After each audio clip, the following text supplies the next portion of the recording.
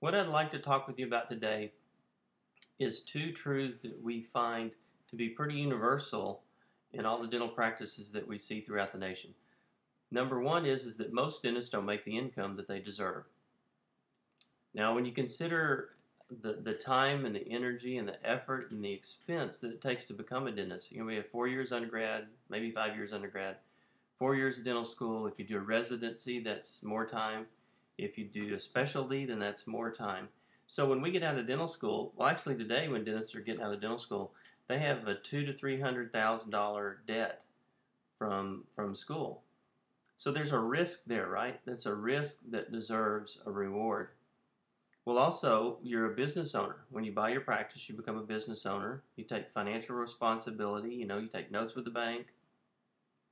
Then you are all of a sudden an employer.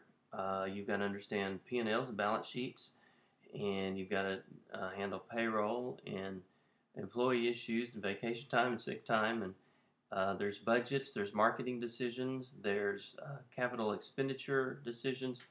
I mean, there's lots of things, lots of different hats that you have to wear as a business owner. So there's, again, is a risk that deserves a reward that's equal to or greater than that risk, right? What other risks are there? Well, there's continuing education that we have to take. That's an expense. Time away from the office, tuition, airfare, hotel. If you take your staff, that's an additional expense. So the point I'm making is that there's a lot of risk that goes along with being a dentist that requires a reward that's equal to or greater than that. There's also malpractice risk, right? I think it's 1 out of every 7 dentists every year gets sued. That continues to get worse and worse every year, and that trend is probably going to continue.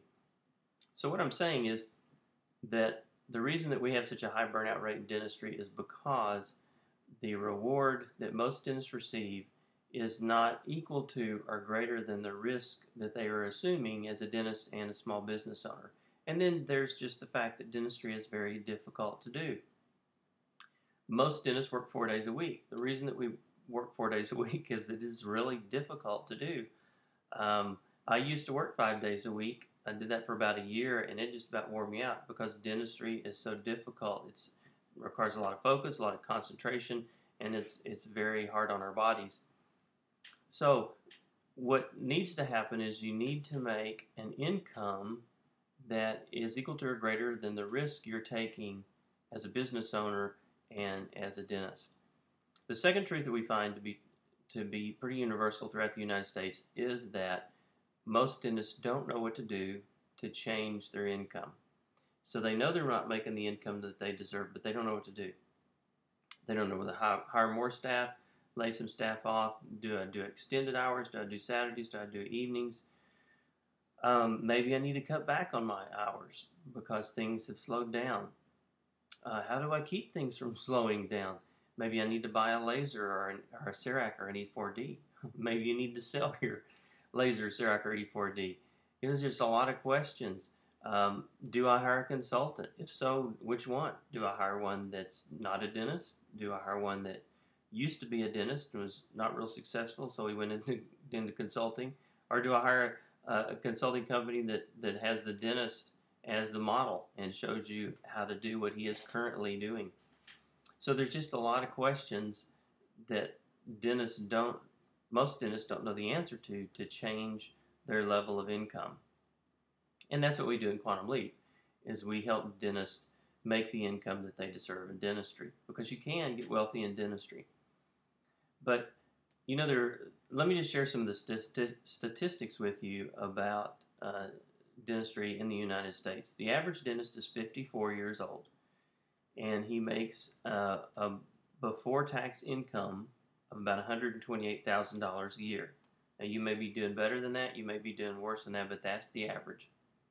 Personally, I believe that dentistry is too hard and the risk is too high to make $128,000 a year. To make $250,000 a year, I believe it's too hard to make less than $500,000 a year.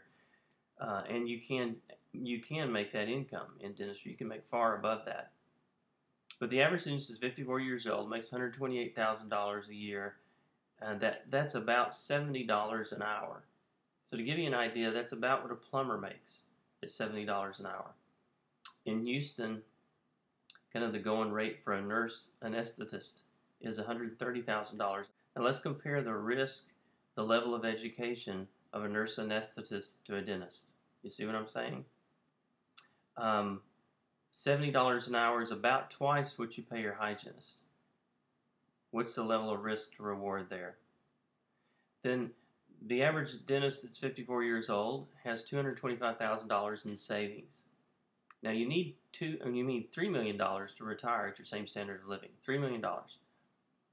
Only 3% of the dentists are able to do this. So the dentist's decision is to work at the chair past the age of 65. Not because he wants to, but because he has to. Now, if you want to do that, that's fine, but it's not if you have to. And most dentists, believe it or not, do not like their career choice. In the mid-'80s, a survey was done of dentists and found that 67% of dentists wish they would have chosen another career. I think that's terrible. I think that needs to change.